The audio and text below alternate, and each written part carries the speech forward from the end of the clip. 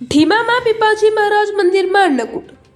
ઢીમા તારીખ 15 નવેમ્બરના રોજ બનાસકાંઠા જિલ્લાના યાત્રાધામ ઢીમાની અંદર આજરોજ કાર્તિક મહિનાની પૂનમના દિવસે પીપાજી મહારાજ મંદિર ઢીમા ખાતે ભગવાન શ્રી દ્વારકાધીશ અને પીપાજી મહારાજને અન્નકૂટ ધરાવવામાં આવ્યો હતો.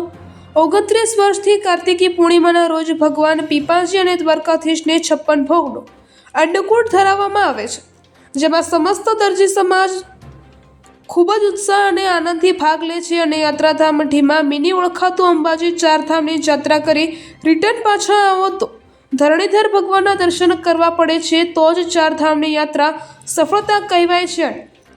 કાર્તિક મહિનાનો ચૈત્ર મહિનાનો દીવો બાળવામાં આવે છે. જીપમાળા ભરવા બેન અને આ મેળાની અંદર ટ્રાફિક જામ થાય છે.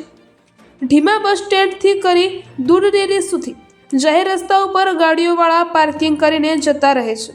પોલીસ બંદોબસ્તની માંગણીઓ માટે અગાઉ કહેવામાં આવેલ છે. કોઈ સુવિધા છે નહીં, મોટું યાત્રાધામ છે, યાત્રાળુ પરેશાન છે. રિપોર્ટર રાજપૂત ગોવિંદસિંહ વાવ, થરાદ સુઈગામ, ઢીમા.